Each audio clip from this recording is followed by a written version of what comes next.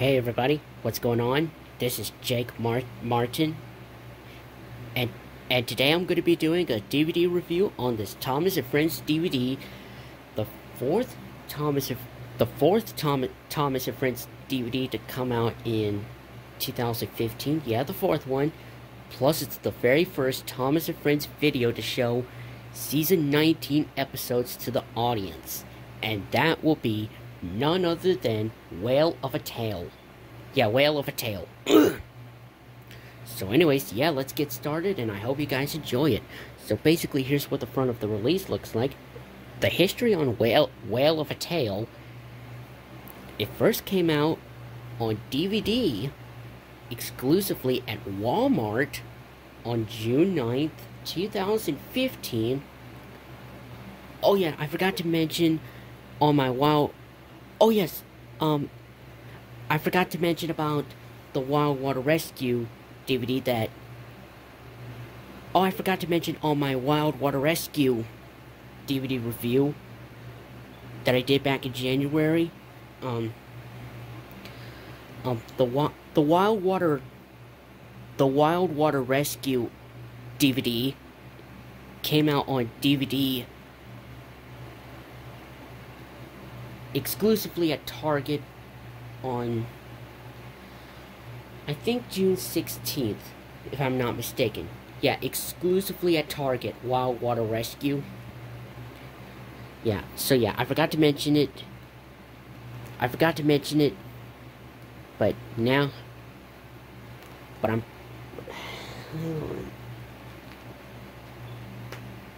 Sorry, Sorry about that, y'all. There was a string sticking out of my pants and I had to pull it out. But yeah, as I was saying, I forgot to mention on my Wild Water Rescue DVD review. Yeah, I forgot to mention it, excuse me, but now I'm mentioning it here. And I already reviewed Wild Water Rescue, so yeah. And now I'm doing Whale of a Tale. So anyways, and then it was re-released again on February 14th, 2017. Hey, I think it came out on Valentine's Day and even my birthday, along with Wild Water Rescue, if I'm not mistaken, excuse me. And I think that was it. So yep, that's all the history, and now let's get into the actual review. So basically, here's what the front of the release looks like. Up here in a red bar, it says 5 new, never-before-seen adventures. You got the Thomas Friends logo, you got Whale of a Tale, and nice-looking whale font with the whale's tail on the T for the word tail. And you got the sky in the background. You got Cranky on the top left center, and Harold on the right, on the top right center. And yeah, anyways, and on a blue banner it says, "And other Sodor adventures." Hey, they used the subtitle again, ever since the classic series, I think. Ever since,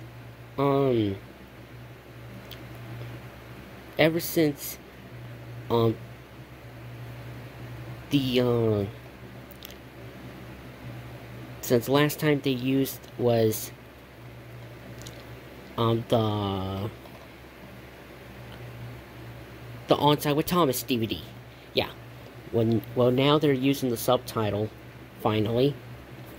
And yeah, anyways, you got Thomas and Toad, they're at random docks with the whale jumping out of the water and about to splash back in, doing like this.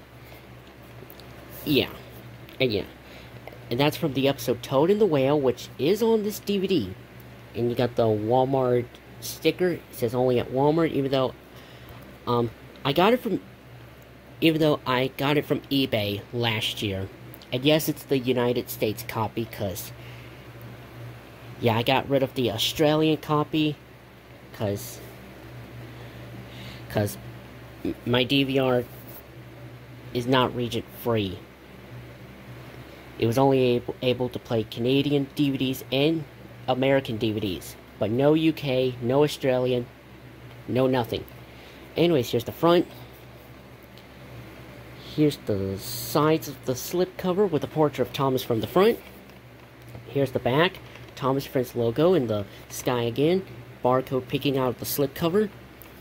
Tall Tales and Big Adventures, and your blurb what's on the DVD, and you got some pink bounty balls falling out of the crates. And you can see Cranky, but we don't, but you, yeah, he's on the front. And you notice, Cranky has a little pink filter on his face. But Thomas and Toad and Harold, well, just Thomas and Toad, they don't, and Salty, they don't have pink filters on their faces, so that's good. Anyways, you got bouncy balls going everywhere, and you got Salty and Thomas looking surprised.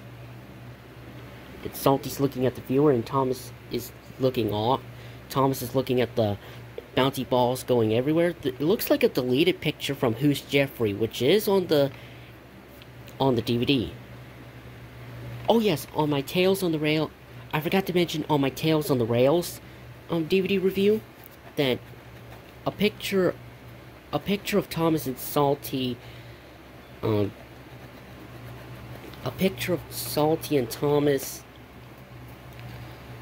is actually a deleted picture from Salty All at Sea, which I already did. I think back in January. I don't think I did.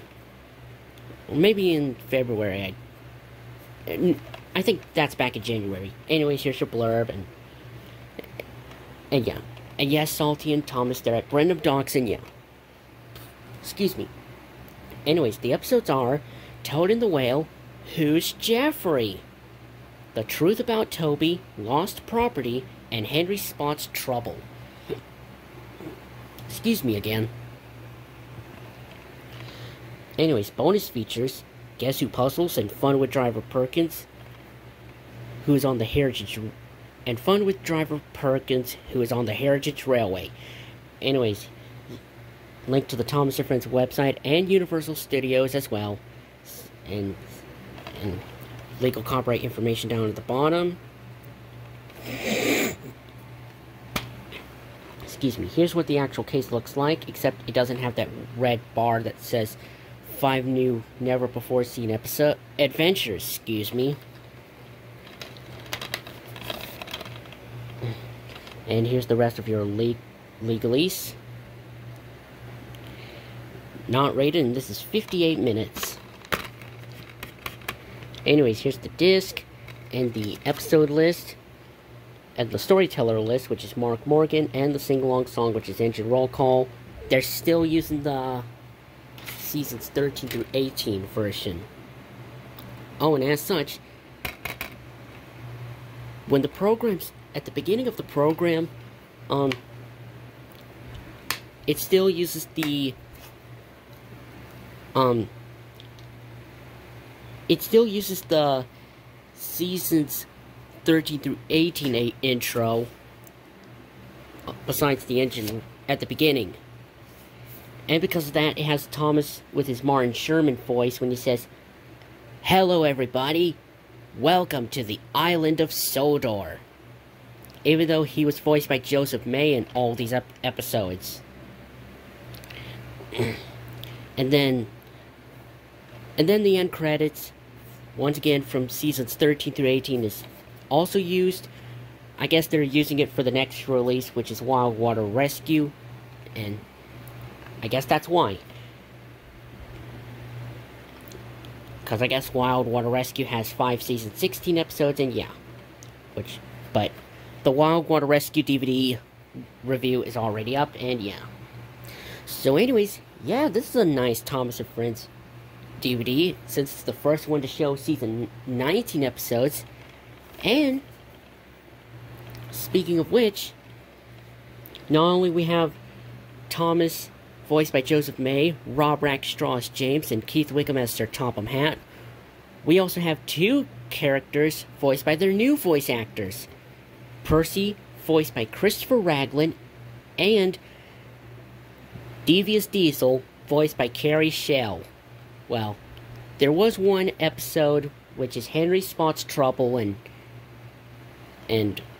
yeah, with Diesel with his Carrie Shell voice. And yeah. And all these episodes are nice. Like, you know, Toad and the Whale, where Toad saw a whale on the beach, and Oliver and the Engines thinks that Toad was joking, when really Toad was serious.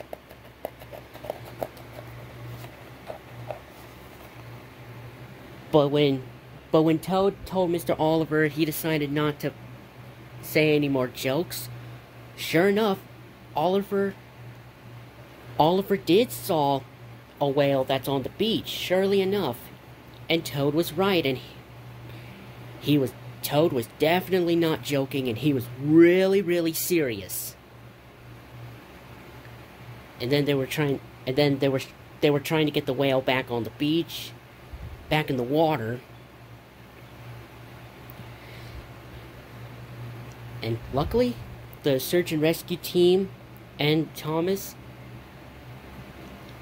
and Rocky, I think, they had to do whatever they can to get the whale back on the water by using Rocky so that Rocky could lift the whale on the flatbed, and Cranky could lift the whale back in the water at Brandon Docks. And Flynn and Bell had to keep spraying their water cannons to make the whale wet. And it's also strange that Thomas pulled Rocky, especially in some episodes, like in James to the Rescue, and I think there's another episode where he did pull Rocky. Even though back in the model series in season 11, Thomas in the runaway car, he said he wasn't strong enough to pull Rocky. But in Don't Go Back from season 12, he was able to push Rocky. Well, for James to the Rescue and Toad and the Whale, Thomas was strong enough to pull Rocky. Strange if you ask me. Anyways, Who's Jeffrey, where Thomas was rushing to Brandon Docks because he's trying his hardest not to be late, and he ends up crashing into on the back of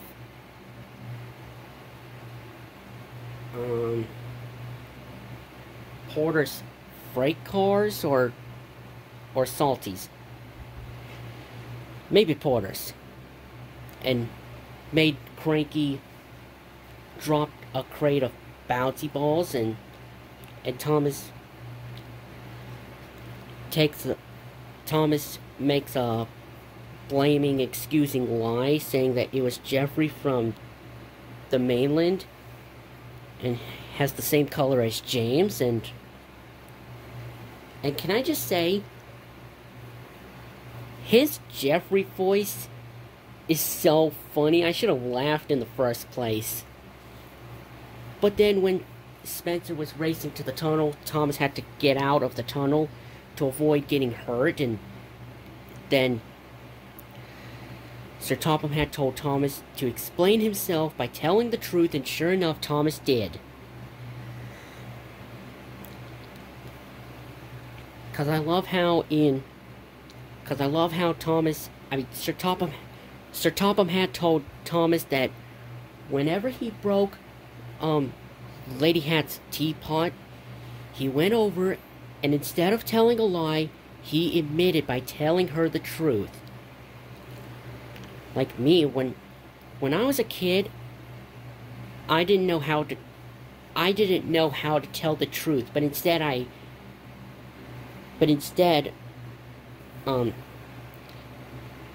didn't know how to tell the truth, but instead I was able to tell lies, and that gets me in trouble. But now to the days, as I'm grown up, I think I did started telling the truth, I think. I'm not real sure. And yeah. Anyways, the truth. And yes. Oh yes, I forgot to mention. Oh yes, I was trying to say that. Because I love how back in season 10 in the model series, Duncan's bluff, I love how Duncan told the truth to Mr. Percival when he told Mr. Percival about the hidden cars, about the coal cars that he has hidden. When Mr. Percival told Duncan that James had broke down and has run out of coal. And yeah. Anyways, the truth about Toby, where Toby was trying his hardest to do his jobs after he got done with his passenger job, and now he has to take some scrap stuff to the scrap yard, and then all of a sudden he broke down. Ever since Toby's special surprise from season 12, he ran out of coal and he tried to get the engine's attention, saying that he needs to get his coal refilled. But yeah, Toby didn't listen to Henrietta when he should have. But luckily he realized that he should have. He should have got his side rods or side plates repaired and get his coal and water refilled. And you know, Salty said that poor old Toby is in the scrapyard getting scrapped, when really, Toby was stuck in the scrapyard with Reg. The diesel crane, I think. And he has run out of coal. And you know, Reg tries to lifted Toby so Toby could get the engine's attention. But it wasn't a good idea. But luckily, Emily was able to bring Henrietta and hear Toby's voice, I think. Yeah, Emily and Henrietta. Yeah, Emily brought Henrietta with her so that Henrietta could see Toby, and luckily, Emily's driver was able to give Toby some of Emily's coal. Because, you know, Salty should have realized that well, at the end, Toby should have told Salty that the reason why he was stuck in the scrapyard, he wasn't going to be scrapped. He broke down because he ran out of coal. Because he ran out of coal, and he was too busy to listen to Henrietta's advice. And as such, Toby is far too useful to be scrapped. So, and then Salty should have said, Sir Topham Hatt, sir, it was my fault for saying that Toby's at the scrapyard getting scrapped. I didn't know Toby broke down because he ran out of coal.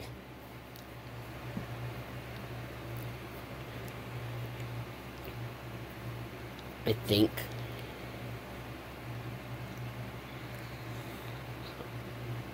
And then Salty should have apologized to Toby for misunderstanding. Like this. I'm really sorry. I'm really sorry, Toby, that you broke down. I didn't know you ran out of coal. I thought you were going to be scrapped, but you're far too useful to be scrapped. And yeah. Anyways, lost property where in the inspection, where there was an lost property where Thomas has to do his passenger job during an inspection day with two railway inspector gentlemen, and it turns out it didn't. And he's trying his hardest to be on time. And can I just say, when when Sir Topham Hatt was at Tidmouth Sheds inspecting his engines, Percy smiled with a smirk on his face. I went laughing with my high-pitched Elmo voice like this.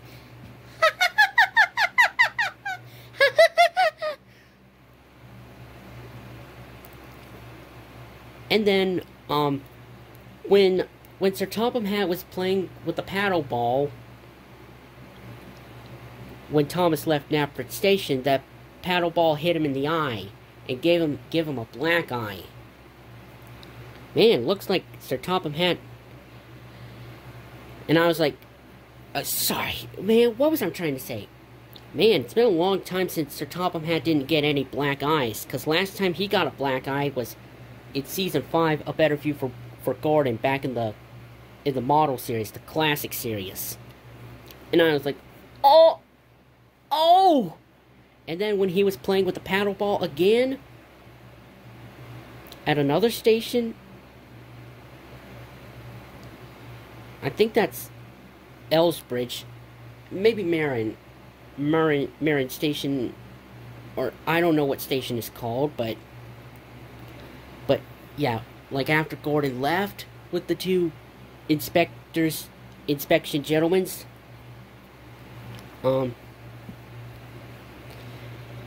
that paddle ball hit Sir Topham Hatt in the eye again, giving him another black eye, and I was like, ouch! And then when Gordon says, "Oops, sorry, sirs," I was like, or should I say, gentlemen's Gordon, or inspectors. And then when Gordon says, "Oh, Thomas, you don't have to call me sir,"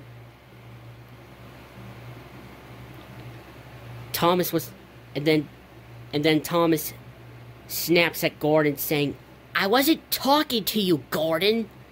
I shook my head yes, because Thomas was talking to Sir Topham Hatt. And you know, Thomas tries his hardest to do his passenger job,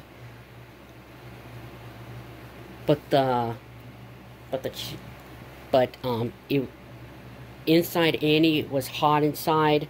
The passengers were getting hot, and Sir Topham Hatt couldn't get Annie's window open because it was stuck. And then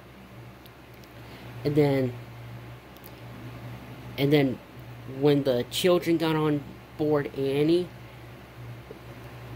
one of the kids made a funny face, and Sir Topham Hatt demands to apologize, and it did, and I shook my head, yeah.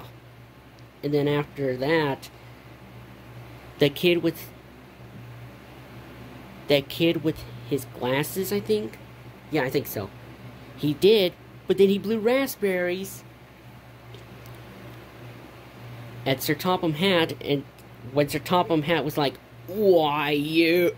I was like, arg! Before Annie says, oh, cheeky little monkeys. And you know, yes, the kid with his glasses on pulled the emergency cable and forces Thomas to stop, and then Thomas has to stop at Farmer McColl's because Farmer McColl's cows were in the way, and Farmer McColl was moving his cows. And you know, Thomas tries his hardest to make up for lost time, and so that he could get done with his passenger job, so he could get his other jobs done. And luckily he did. But then when he came back to Knapford Station after doing his jobs, he found the inspector's gold watch that was left behind Annie, and it was on her floor. But luckily Thomas was able to save the day. Like, he gave the gold watch back to the inspector, because otherwise, if he didn't, he would have been very upset. But luckily he was happy. He was very proud of Thomas. Anyways, the last episode, Henry Spots Trouble, which I know this episode was banned in Australia, but I have no idea why people don't like this episode. Not even Who's Jeffrey or The Truth About Toby. I find the episode okay, but I don't know why Henry worries too much about his friends having chicken pox, even though engines don't get chicken pox, not even chicken animals. Because, there were some accidents. Like, Butch revved his engine. And, his back wheels. Yeah, Butch ran his back wheels, and mud got all over Thomas's face, and then when Diesel was moving while Paxton was talking, or was about to leave the Diesel Works, his engine, some dust, I think, got all over, or some smudges got all over Paxton's face. And then, worse to come, Gordon's face got covered in red paint after... Oh my goodness. Why in the barnacle did Connor have to go in fast speed? Oh my goodness gracious. Why does Connor have to race through the station at fast speed when he didn't realize the painter knocked over a can of red paint and it spilled all over the tracks? I could have sworn if Connor should have spotted red paint on the tracks, and he should have braked hard. Yeah, like he should have applied his brakes and then said, "Sorry, Gordon," before Gordon says, "Oh, the indignity." Yeah, and I was like, "Connor, stop! There's red paint on the tracks," but when it was too late, I was like, "Oh, Connor!" Wouldn't it be much easier if Connor should have applied his brakes after when he realized there was red paint all over the tracks after the painter knocked over a can of red paint? And then he should have said sorry to Gordon, and that way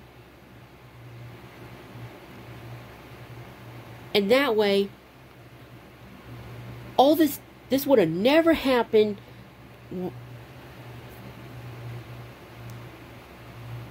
Yeah, none of this bullcrap would never happen when Henry came all scared when he sees Gordon with red paint all over his face and starts rolling backwards, screaming like a scaredy, whiny baby.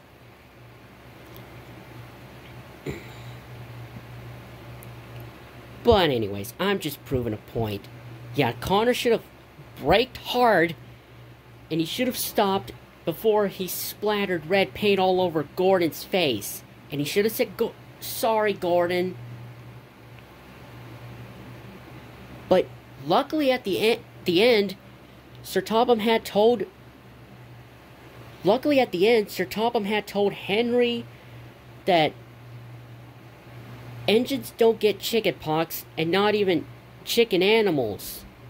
Only people get chickenpox, and as such, chickenpox is nothing to be afraid of. Most people get it when they're young, and they somehow get recovered quickly as possible. And when Sir Topham was trying to do some kind of exercise, he ended up ripping his pants, revealing to his underpants with spots on it. I almost laughed. And speaking about that, oh yes, before I go, I forgot to mention that when Percy smiled in Lost Property, that cracked me up. Kind of puts me back into watching the Dragon Tales episode from Season 2, Room for Change, which I did watch. last year on my Experience New Things DVD that Finn cracked me up throughout the episode, and yeah. Well, for Lost Property, Percy cracked me up by smiling, like, with that smirk on his face. I couldn't stop laughing with a high-pitched voice, just like Elmo. Yeah, just like my favorite Sesame Street character, Elmo. So anyways, yep. To any of you Thomas and Friends fans out there, if you don't have the Whale of a Tale DVD that has season 19 episodes and the characters voiced by their new voice actors, then where have y'all been? Pick this DVD up, but make sure to pick up the US copy, not the Australian copy, but the American copy. Just like I did last year. And then you'll probably get a taste out of these episodes, and you might enjoy them. But if you do have Whale of a Tale, then that's okay. But if you don't, then where have you been? Just pick it up and make sure you find the American copy. But seriously, do not get either the UK or the Australian copy of this. Get the United States copy, just like I did last year. So anyways, yep, that's going to be it for this DVD review on Thomas and Friends, Whale of a Tale. Hopefully y'all enjoy it, and I will see you all in the next upload. Take care, y'all. This is Jake Martin.